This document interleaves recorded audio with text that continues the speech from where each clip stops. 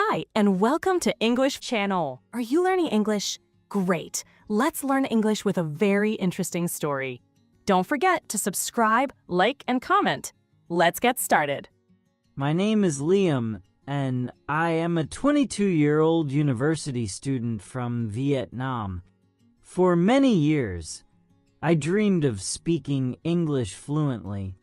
I studied English in school, did homework, and tried to memorize long lists of vocabulary.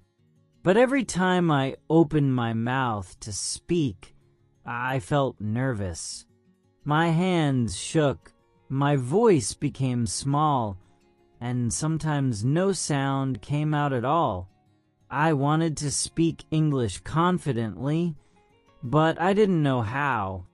One morning, everything changed. I was watching a travel video about London on my phone. The video showed beautiful streets, old buildings, cafes full of people, and the famous red buses. The narrator said, "London is a great place to learn English." At that moment, something lit up inside me. I paused the video and looked out the window. I asked myself, if I want to speak English well, why am I still sitting here doing nothing? Right then, I made a bold decision, maybe the boldest decision of my life. I would go to London. I would live there, study there, and practice English every single day. I didn't know what challenges were waiting for me. But I knew one thing. It was time to start a new journey. A few weeks before my trip to London, I needed to travel to the big city to apply for my visa. I remember that morning very clearly. My backpack felt heavy, not because of the things inside it, but because my heart was full of worry and hope. I didn't know if my visa would be approved, and I didn't know what my life in London would be like. Still, I told myself to stay brave. When I entered the train, it was almost full. I found an empty seat next to two women who looked relaxed and cheerful. They smiled at me, and I smiled back. A few minutes later, the train started moving, and the woman near the window turned to me and asked, "Are you traveling alone?" That simple question began a conversation that lasted for hours. Their names were Emily and Rose, two friends from the UK who were traveling around Asia. When I told them I planned to study English in London, their eyes lit up with excitement. They asked about my goals, my fears, and the reasons behind my decision. They shared stories about English culture, afternoon tea, polite small talk, British humor, and even how people love to talk about the weather. They gave me simple speaking tips too. Don't worry about small mistakes. Speak slowly and clearly. Use easy words first. Their voices were warm and encouraging. Before they got off the train, Rose took out a small postcard with a picture of Big Ben. She wrote both of their email addresses on it and handed it to me. "Keep learning. Don't give up, Liam," she said with a gentle smile. As I watched them disappear into the crowd, I held the postcard tightly. In that moment, I felt something new, strong motivation. Maybe this journey was already beginning.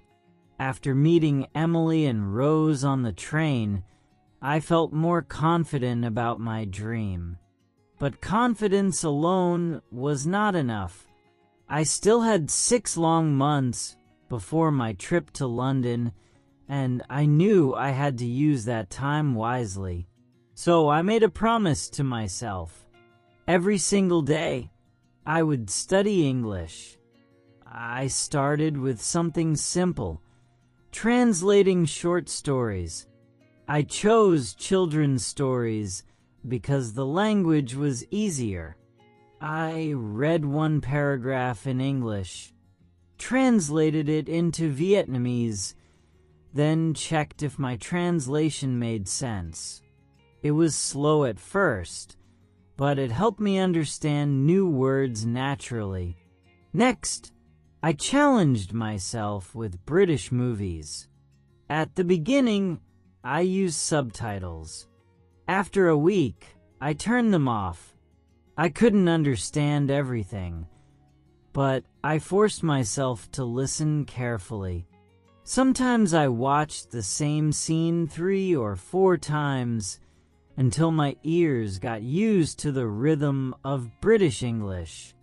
Every night, I stood in front of my mirror and practiced speaking alone. It felt strange at first. I talked about my day, my plans, or even what I ate for lunch.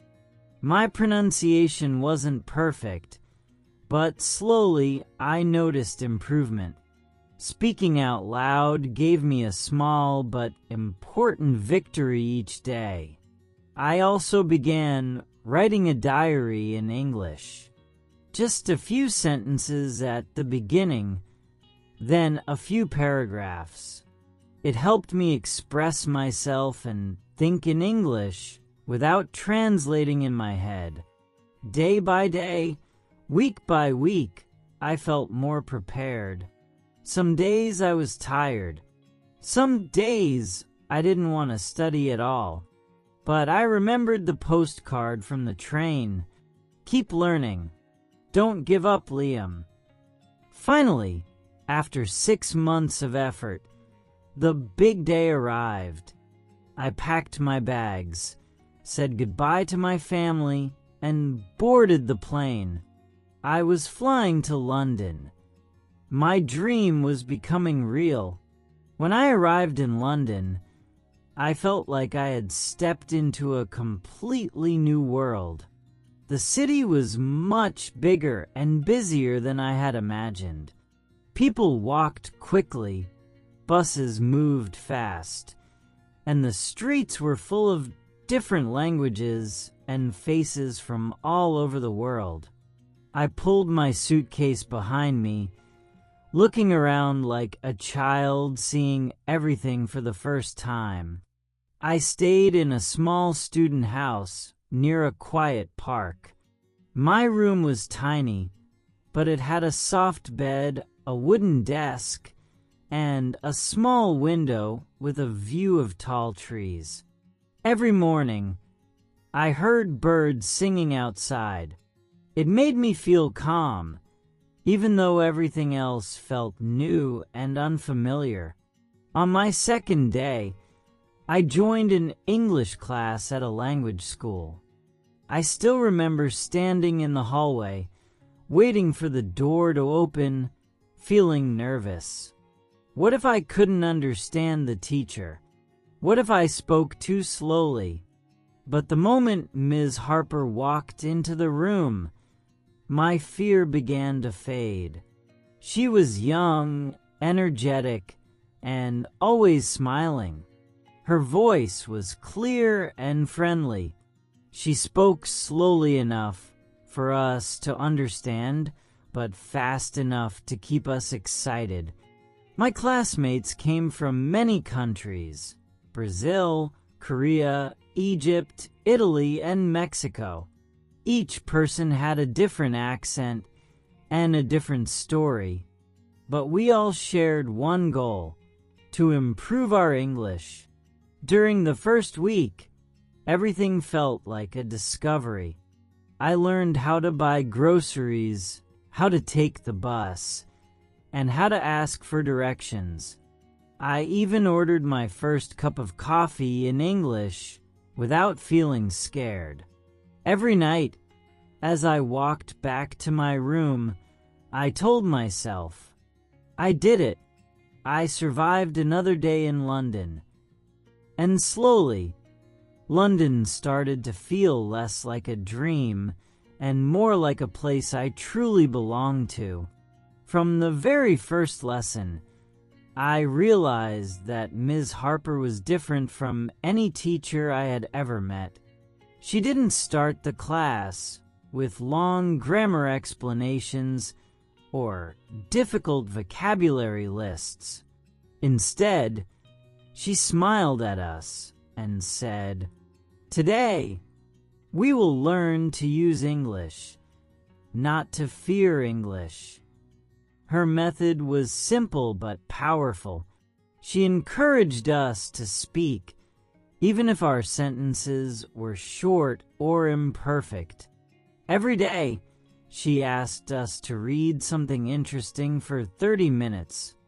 A short story, a blog post, or even a comic.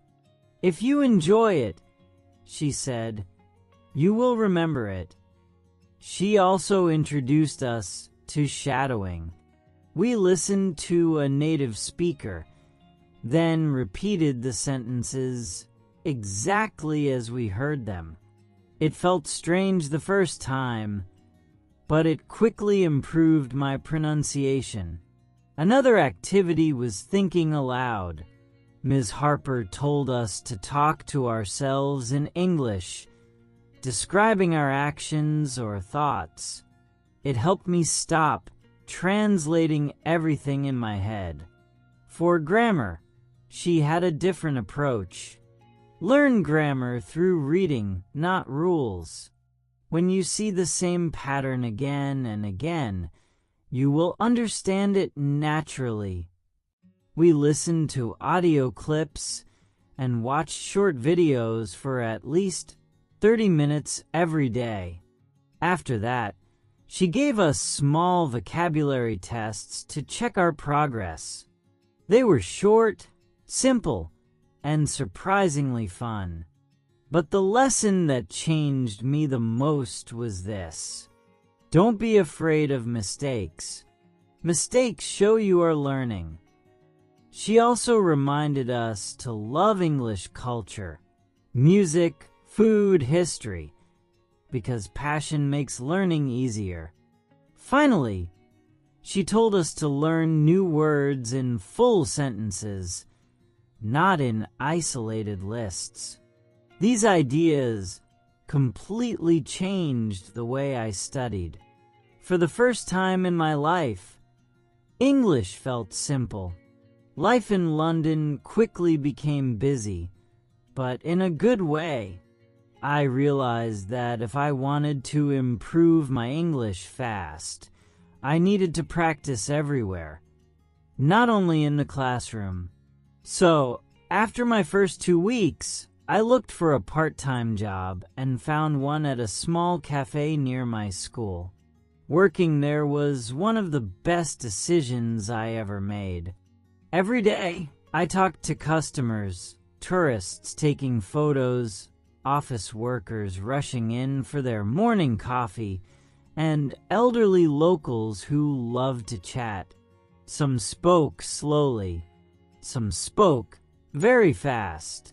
Some had accents I had never heard before, but every conversation helped me grow. To make more friends, I also joined the school table tennis team. I wasn't the best player, but I enjoyed the friendly matches and the laughter during practice. Later, I joined a weekly football group at a community center. People from different countries came every Sunday just to play and have fun. Through sports, I met kind, funny, and supportive friends who always encouraged me to speak English, even when I made mistakes. But life wasn't always easy. The Scottish accent was extremely difficult for me. Sometimes, when a Scottish customer ordered coffee, I couldn't understand a single word. I just smiled and asked them to repeat slowly. I also had moments when I felt shy and completely froze during conversations. My mind went blank, and English disappeared from my head. Whenever I felt frustrated, Ms. Harper noticed and said gently, "You learned your first language from zero. You can learn English too. Don't compare yourself to geniuses. Compare yourself to yesterday." Her words stayed in my heart. They reminded me that learning a language is not about being perfect. It's about becoming better, step by step. After 4 weeks in London, I started to feel something I had never felt before: confidence. The city that once seemed overwhelming now felt familiar in small ways. I could walk to the cafe, buy a ticket for the bus, and even ask strangers for directions without panicking. Ordering food became easy. I could ask for a sandwich or a cup of coffee without hesitating. I even learned to make small talk, talking about the weather, my studies, or my hometown. At first, I worried about making mistakes, but soon I realized that people didn't care if my English wasn't perfect. They were happy that I tried. The funniest part was understanding jokes. One afternoon, a classmate told a pun, and I actually laughed. For the first time, I realized I could understand English not only in textbooks, but in real life. That small moment made me feel proud and motivated. When the time came to return home, I felt a mix of happiness and sadness. I had learned so much, but I knew my journey was far from over. I made a promise to myself: I would not stop learning. I created a daily routine to continue improving. Every day, I spent 30 minutes reading stories, articles, or comics in English. I also dedicated 30 minutes to listening, podcasts, movies, or songs. Finally, I spent 30 minutes speaking, either shadowing native speakers, thinking aloud, or practicing conversations alone. Following this simple routine, I felt progress every week. Some days were hard, and some days I felt tired. But I remembered my first day in London and the advice from Ms. Harper. Compare yourself to yesterday, not to anyone else. That mindset changed everything. I no longer feared mistakes. I only focused on growing a little bit every day, and that was enough to keep moving forward. 1 year had passed since I returned from London, and so much had changed in my life. I had kept my promise to practice every day, reading, listening, and speaking in English for at least 90 minutes. Slowly, I saw the results. By the end of the year, I knew about 4,000 English words and could understand most conversations, even with different accents. With my newfound confidence, I decided to take a bold step. I wanted to share what I had learned and help others like me. So, I became a beginner English teacher in my hometown. At first, I felt nervous standing in front of my students. But then I remembered Ms. Harper's lessons. Focus on communication, enjoy learning, and don't fear mistakes. In every class, I used the same simple methods she taught me. We read short stories together, we listened to songs and short videos, and we practiced shadowing and thinking aloud. I encouraged my students to speak in full sentences and to enjoy English, not just memorize words. The results were amazing. My students began to speak English with confidence. They laughed at jokes, asked questions, and even helped each other learn new words. Suddenly, English felt easy and fun for them, just like it had started to feel for me in London. Teaching became more than just a job. It became a passion. Every time a student learned a new word, spoke a complete sentence, or smiled after understanding a story, I felt proud. I knew that all my hard work, the hours of studying, listening, and speaking, had paid off. I realized that learning English is not about being perfect. It's about practice, patience, and love for the language. And now, I was passing that love to others, one student at a time. Looking back on my journey, I realized something very important. You don't need to be special to learn English. You don't need to have a perfect memory, a natural talent, or a magic trick. What really matters is what you do every day and how you approach learning. First, you need daily practice. English, like any skill, grows with use. Even just 30 minutes of reading, 30 minutes of listening, and 30 minutes of speaking each day can make a huge difference over time. It's not about studying for hours in one day. It's about small, consistent steps that add up. Second, simple methods work best. You don't need complicated grammar books or difficult exercises at the beginning. I learned more from reading stories, watching movies, shadowing native speakers, and speaking out loud than I ever did from memorizing endless word lists. Find methods that are fun and practical, and learning becomes a joy rather than a burden. Third, you need motivation. Ask yourself, why do I want to learn English? For me, it was London, the culture, the people, and the dream of speaking fluently.